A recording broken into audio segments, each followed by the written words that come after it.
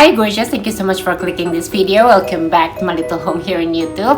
Hari ini mau ada segmen baru di YouTube channel aku, yaitu adalah ngopi, ngobrol psikologi bareng sama psikolog Dia Larasati. Dan buat episode pertama kita kali ini, kita bakalan bahas tentang toxic relationship. Jadi biar konten ini bisa dipertahankan dan biar si psikolognya mau untuk collab terus sama aku, don't forget to subscribe to my channel and hit the notification bell so you can share love and support to help me grow this channel. And without any further ado, let's get into the video.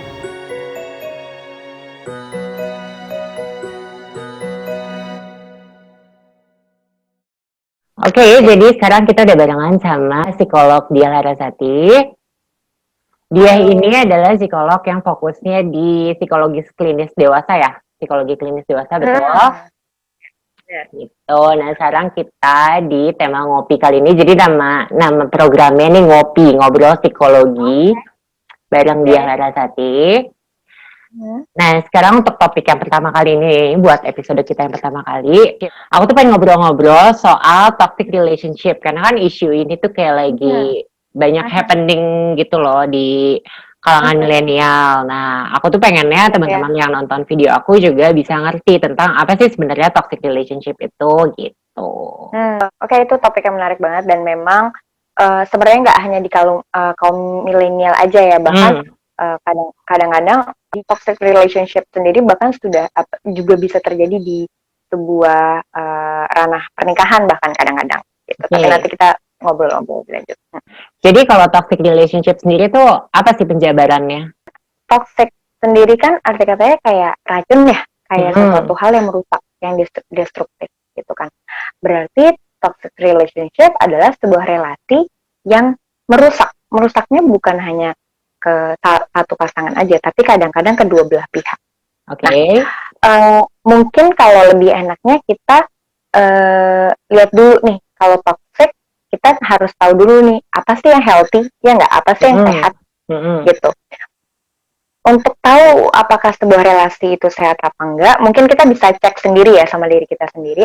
Kita refleksiin relasi kita selama ini tuh gimana. Pertama, apakah saya dan dia bisa saling menghargai satu sama lain, kan? Menghargainya di mana? Baik fisik, mental, ya kan, pikiran dan emosi. Apakah kita bisa saling menghargai itu? Kita tanya juga, apakah saya dan dia sama-sama menghargai batasan-batasan personal. Batasan-batasan personal ini apa? Bukan hanya tentang kayak nggak ngecek handphone satu sama lain atau pin ATM. Batasan-batasan personal tuh lebih ke kayak value, prinsip, termasuk di dalamnya kayak konsen akan berhubungan seks atau tidak. Itu juga termasuk batasan personal. Ya, kita juga tanya lagi, ini pasangan kita, mencintai pasangan kita juga sayang sama diri kita sendiri. Gitu. Mencintai seseorang itu bukan berarti melepaskan tanggung jawab atas diri kita sendiri, ya enggak? Jadi, ya, betul.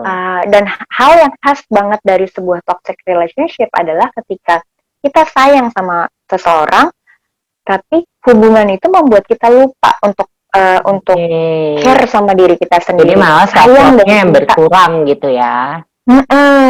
Jadi healthy relationship itu yang menurut saya paling punya karakter adalah apakah relasi itu membuat kita jadi lebih sayang juga sama diri kita sendiri.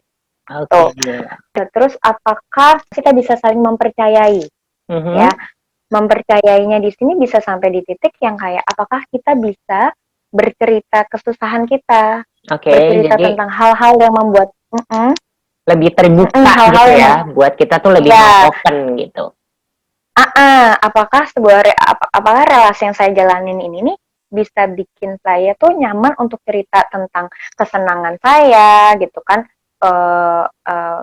atau kesedihan saya. Apakah sebuah relasi itu pada akhirnya bisa membuat kita nyaman nih menjadi rumah kita untuk kayak kadang-kadang ada relasi yang kalau kita lagi seneng kita juga nggak bisa sharing sama pasangan karena misalkan saya kalau cerita sama dia, misalkan saya dipromote atau saya dapat kerjaan baru yang bagus, kayaknya dia jealous gitu, kayaknya dia lebih kesel gitu. Jadi ya kayak nggak suportif ya. Itu kan berarti kan bukan hanya kita nggak bisa sharing sama hal yang sedih-sedih aja gitu kan, tapi kadang-kadang hal yang seneng kan kita juga pengen berbagi, ya nggak? Iya. Dan sebuah relasi yang sehat adalah relasi yang membuat kita ngerasa dia itu adalah rumah kita, gitu. Tempat kita juga bisa bersandar, nangis maupun ketawa. Itu mungkin beberapa pertanyaan yang untuk direfleksikan, untuk melihat apakah saya itu berada dalam relasi yang sehat atau justru toksik. Oke. Gitu. Jadi analisis itu dulu ya, hal-hal itu tuh sebenarnya udah ada belum di hubungan yang sedang ini. Dan sebuah relasi yang sehat itu tanda-tandanya kita tanya juga nih sama diri kita sendiri. Apakah si pasangan dan kita pribadi bisa saling mendukung minat, pekerjaan, dan kegiatan positif kita masing-masing. Misalkan pasangan yang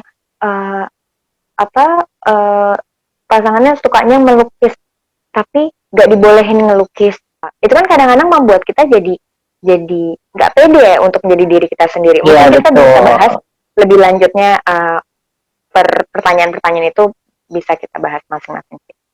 Nah, tadi kan udah dijabarin nih ya contoh-contohnya tadi hubungan yang sehat tuh kayak gimana. Nah, sebenarnya kenapa sih itu semua tadi itu bisa menjadi tolak ukur kesehatan satu hubungan gitu? Memangnya apa pentingnya gitu semua hal itu dalam menjalani satu hubungan? Pertanyaan yang bagus banget.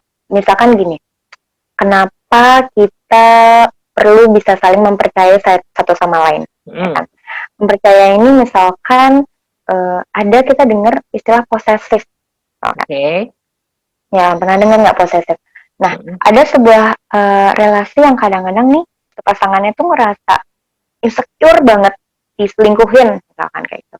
Jadi kemanapun pasangannya pergi, kamu telepon saya, video call, misalkan kayak gitu. Atau sesederhana ditelepon terus di speaker handphonenya supaya dia bisa dengar apapun yang pasangannya lakuin. Kalau kita lihat dari situasi itu kan ada insecurity ya, ada rasa ketidakamanan dari pihak yang memaksa pihak lain untuk video call ataupun di speaker tuh handphonenya atau bahkan dilacak handphonenya gitu kan. Itu ditanyakan lagi kayak sebenarnya ketidakamanannya itu tuh basisnya apa? Ya enggak? Karena kalau misalkan dia merasa tidak aman sama si pasangannya tersebut gitu kan, sampai membuat dia melakukan hal-hal yang ekstrim seperti itu, berarti hubungan itu sebenarnya udah nggak sehat, ya kan? Dan kalau diteruskan, ibaratnya kita ngasih makan gitu kan, ya udah deh, nggak apa-apa video call biar dia lihat terus, walaupun saya lagi nyetir sendirian atau lagi saya lagi ngobrol sama teman atau meeting, dia harus dengar semua isi meeting saya gitu. Kalau kita kasih makan terus, itu juga nggak akan sehat bagi yang si posesifnya ini ibaratnya, ya nggak? Karena ketidakamanannya ini pada akhirnya seolah-olah dibenarkan, gitu. Jadinya kalau misalkan itu terjadi, bareng-bareng ngobrol sama pasangannya kayak, apakah ini sebuah relasi yang pada akhirnya sehat untuk berdua? Terus contoh lain misalkan, kenapa penting pasangan kita itu bisa mendukung minat dan kegiatan kita yang produktif, ya. Kalau Luti pikirin gitu, pekerjaannya kita, hobinya kita, itu kan sebenarnya diri kita, ya nggak? Iya, betul. Representasi dari diri kita. Iya. Dan ketika misalkan si pasangan tidak suportif, gitu kan, atau bahkan mencela, atau sederhana nggak mau denger, gitu kan, kita merasa itu diri kita kadang-kadang. Gitu. Secara tidak sadar kita ngerasanya kayak, oh, kayaknya pekerjaan saya berarti nggak penting. Seolah-olah equal sama dengan saya tidak penting. Gitu. Atau menyukai hobi yang misalkan sangat-sangat positif gitu, tapi si pasangan bener-bener kayak nggak peduli dan nggak mau tahu, itu seolah-olah kita kayak jalan sendiri, ya kan, dalam sebuah relasi itu. Perlu ditanyakan kembali bareng-bareng gitu, kayak apa yang membuat dia nggak suka sama kegiatan kita atau pekerjaan kita, dan apakah sebuah relasi itu pada akhirnya relasi yang cukup membangun satu sama lain. Karena balik lagi, itu adalah diri kita, ya kan. Kalau pasangan kita nggak bisa terima diri kita sendiri, itu pertanyaannya kan, hubungan seperti apa yang sebenarnya sedang dijalankan, gitu. Poinnya adalah gini, jika kita dalam sebuah relasi Dan anggapnya gini, kalau kita sayang sama orang ini, ya kan, kita pasti menginginkan yang terbaik, benar nggak? Iya, betul. Dan kadang-kadang menginginkan yang terbaik itu berarti bukan egonya kita, ya enggak? Tapi kita membiarkan dia berkembang menjadi dirinya sendiri juga. Jadi bukan hanya keinginan kita, ya enggak? Misalkan kalau tadi contohnya yang tentang keposesifan gitu, kayak, oke, kamu mau meeting, kamu pasti ketemu A, B, C. Saya curiga kamu bakal ada apa-apa, tolong di stiker hasil apa dalam meeting itu. Ada rasa ketidakamanan dari dia, ya kan? Iya, betul. Ketidakamanan itu pada akhirnya membuat dia melakukan hal yang ekstrim tadi, gitu kan, memaksa si pasangannya untuk pasang speakerphone gitu. Dan si pasangan yang pasang speakerphone itu juga pada akhirnya ngerasa insecure juga, ya nggak? Akhirnya kedua-duanya makin cemas, makin nggak menjadi dirinya sendiri yang terbaik, pada akhirnya nggak berkembang menjadi lebih baik gitu. Kalau misalnya yang tadi mau meeting terus disuruh speaker gitu, geraknya dia pada akhirnya nggak leluasa, ya kan, karena dia tahu, oh saya diperhatikan gitu. Di sisi lain yang lagi dengerin tuh, yang lagi insecure juga kayak, aduh dia ngomong kayak gini, saya nggak bisa lihat lagi mukanya orang ini lagi ngapain apa segala macam, ya. Jadi dia stuck juga dengan senario buruknya itu. Pada akhirnya dua-duanya nggak berkembang menjadi manusia yang lebih baik gitu, lebih sehat. Itulah kenapa sebuah toxic relationship gitu penting juga buat orangnya, masing-masing anggota di dalam hubungan itu tahu dulu yang healthy itu seperti apa. Karena kadang-kadang karena berlandaskan kata sayang gitu kan saya sayang sama kamu, saya jealous karena saya sayang, saya nggak mau kamu dimiliki orang lain gitu. Atas dasar sayang, kadang-kadang kita bertoleransi akan perilaku-perilaku yang toxic itu dan destruktif. Nah, makanya penting buat kita untuk tahu kita tuh ada di toxic atau healthy relationship, kita perlu tahu dulu sebenarnya yang sehat itu seperti apa sih gitu. Misalkan nih ya, toxic relationship itu kan sebenarnya nggak cuma sama pasangan ya, sama teman itu juga terjadi kan sebenarnya.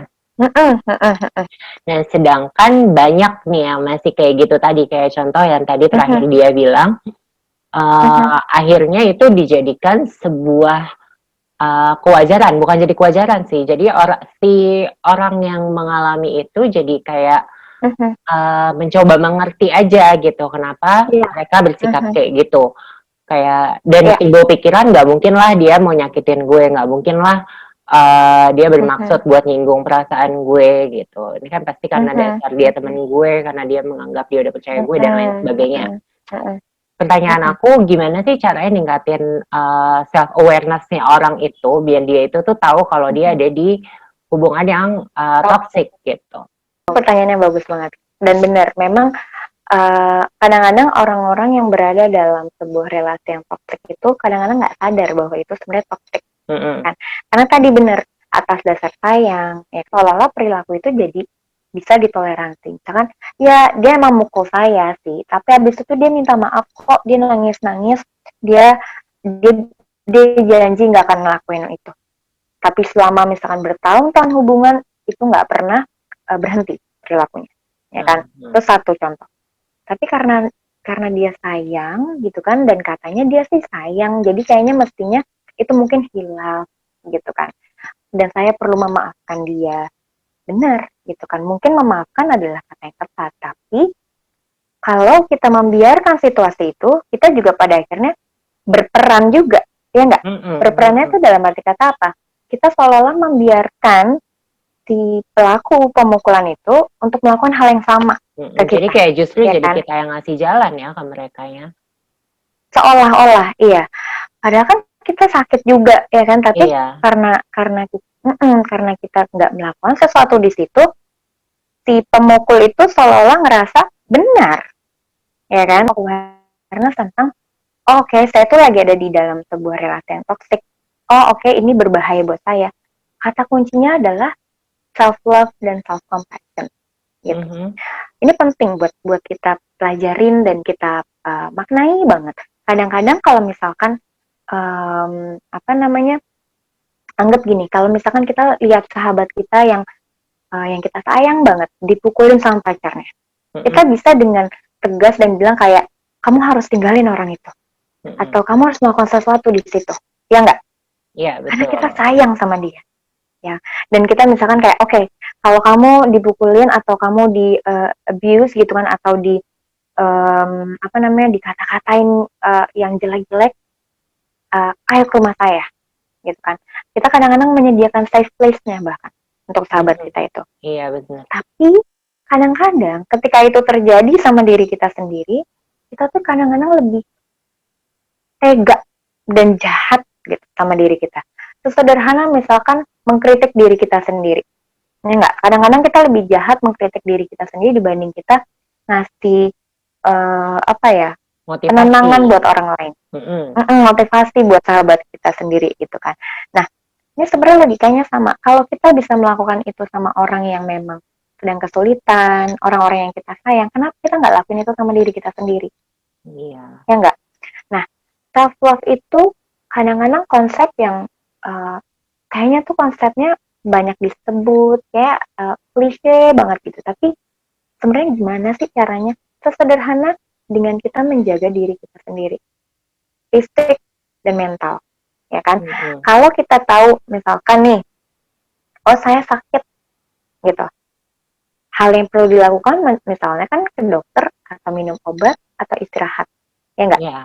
Tapi ada, oh nggak apa-apa deh saya nggak usah ke dokter, oh nggak apa-apa deh saya kerja terus. Kita abusive sebenarnya sama diri kita sendiri. Kenapa self love dan self compassion itu penting? Sebelum kita bisa mencari cinta dari orang lain nih, kita perlu paham dulu sebenarnya cintanya buat kita tuh apa. Berarti ketika nanti kita ketemu orang yang kita cari adalah orang yang juga menjaga tubuh kita, gitu. Dapat nggak logikanya? Yeah. Orang-orang yang berarti orang yang akan saya pilih sebagai pasangan saya adalah orang yang misalkan kalau saya lupa makan, dia akan ingetin. Bahkan dia akan paksa saya untuk makan, karena itu hal yang benar misalkan. Atau kalau ketika saya sakit dan saya sendirian, dia mau membawa saya ke dokter, gitu. Karena kita udah paham konsepnya. Oh, orang cinta itu adalah ketika kita menjaga tubuh kita. Dan banyak aspek-aspek lainnya, termasuk ke mental kita, gitu kan. Pahami bahwa setiap manusia itu punya hak dan kewajiban terkait kesejahteraan fisik dan mentalnya pribadi. Ya, jadi nggak ada tuh yang boleh mengancam kesejahteraan fisik satu ibaratnya, ya kan? Jadi kalau kita udah tahu itu, kita udah tahu pakemnya, dan kalau kita berelasi sama orang dan kita ketemu, oh dia nampar saya, gitu, oh dia mukul saya, oh dia misalkan bentak-bentak saya dengan kata-kata kasar sampai bikin saya nggak pede, kita jadi tahu bahwa itu warning sign nih, gitu, bahwa jangan-jangan ini sebuah relasi yang destruktif, relasi yang toxic, gitu. Oke, nah selanjutnya nih aku mau tanya, lagi. Kalau misalkan nih ya, hubungan toksik itu sendiri kan sebenarnya juga punya penyebabnya gitu. Kenapa satu hubungan bisa jadi toxic kayak yang udah dijelaskan tadi. Dan misalkan kayak masalah trust issue-nya, mungkin dulu mereka pernah mengalami suatu kejadian apa yang membuat trauma dan akhirnya membentuk dia menjadi pribadi yang berbeda yang ternyata ke arah yang nggak baik gitu. Nah, gimana sih, apa sih yang harus kita lakukan kalau misalkan kita terlanjur terjebak dalam hubungan yang toksik atau justru kita sendiri yang malah menjadi toksik dalam hubungan itu gitu. Saya senang banget Luti bertanya hal ini karena benar, kadang-kadang kita yang pelakunya misalkan ya, kita juga bahkan nggak sadar. Iya. Gitu, bahwa sebenarnya saya sudah melakukan sebuah perilaku yang buruk. Makanya biasa habis pemukulan terjadilah permintaan maaf. Gitu kan? Ya enggak? Nah, kalau dari situasi itu sebenarnya memang yang penting itu adalah insight ya, wawasan untuk diri kita sendiri gitu, bahwa oke, kayaknya saya memang punya masalah deh, misalkan gitu. Kayak saya punya anger issue di sini, atau saya kayak punya masalah-masalah yang belum terselesaikan. Kita harus akui dulu sama diri kita sendiri. Karena kan di sebuah relasi kan ini ada 2 orang nih yang menjalani, ya kan, bukan hanya betul. satu. Iya. Dan kalau kita memang sayang banget sama pasangan kita gitu kan, secara tulus kita sayang, cuman kita punya insecurity gitu kan, punya beberapa isu yang sebenarnya perlu di proses gitu kan, kita harus jujur bahwa oke, saya kayak punya masalah nih gitu. Boleh bicarakan sama pasangannya, saya kayaknya punya masalah, saya minta maaf karena misalkan saya menyakiti kamu ataupun punya ketidakpercayaan sama kamu. Gimana kalau kita selesaiin bareng-bareng? Selesainya gimana gitu? Bisa dibawa kalau misalkan dia kan kadang-kadang kan tadi insight itu kadang-kadang nggak muncul ya dari seseorang. Ya kan? Kadang-kadang dia juga nggak ngerti apa sih membuat saya tuh begitu jadi orang yang sangat posesif, atau kenapa sih saya selalu gampang untuk mukul orang gitu, atau kenapa sih saya suka banget mengeluarkan kata-kata kasar gitu. Kadang-kadang kan itu dia sendiri juga nggak tahu, ya kan. Nah, kalau memang situasinya sudah seperti itu gitu kan, kalau si pasangan ini bersedia untuk membantu dia gitu kan, yuk ajak bareng-bareng misalkan ke psikolog, ke profesional gitu kan, supaya dia punya ruang juga gitu, punya ruang untuk explore dirinya sendiri, apa yang terjadi dalam diri saya, kenapa saya bisa sampai menyakiti orang yang saya sayang gitu. Dan saya rasa itu baik ya, tapi balik lagi, kalau misalkan situasinya sudah sangat rumit gitu kan, terus sudah terjadi hal-hal yang berisiko gitu kan, kita harus pastikan dulu si yang disakitin ini dalam posisi aman lah, ya kan. Kita pisahin dulu biar diamankan dulu, dan mintalah bantuan. Ini itu penting, minta bantuannya siapa? Ada keluarga, ada profesional, itu psikolog, psikiater, dokter, ya kan, atau bahkan kadang-kadang kita perlu minta bantuan sama pihak-pihak yang memang punya otoritas gitu, seperti polisi, ya kan, atau pengacara. Kenapa ini penting? Sekali lagi, kadang-kadang dengan membiarkan perilaku itu bukan berarti kita tuh menjadi baik, ya kan? Bukan berarti suasananya akan lebih baik gitu. Karena kadang-kadang membiarkan sebuah perilaku yang toxic itu justru kita juga nggak bisa menyelamatkan orang ini gitu. Jadi itu bukan sayang juga gitu kan. Jadinya mintalah bantuan gitu sih. Kalau misalkan situasi yang sudah sangat rumit, bahkan udah berisiko, jangan ragu untuk keluar dari relasi tersebut, ya kan, ngobrol sama yang lain, sama yang bisa bantu. Oke, jadi kalau dari tadi obrolan kita yang aku tangkap adalah pertama, ketahui dulu hubungan yang sehat itu tuh yang kayak gimana. Jadi kalau udah tahu itu, kita bisa menilai apakah hubungan yang kita jalani itu sehat atau enggak, baik atau enggak buat diri kita sendiri. Terus yang kedua, tadi banyak hubungannya sama self love ya. Nah, mungkin nanti di episode lainnya kita bisa lebih bahas mendalam soal self love.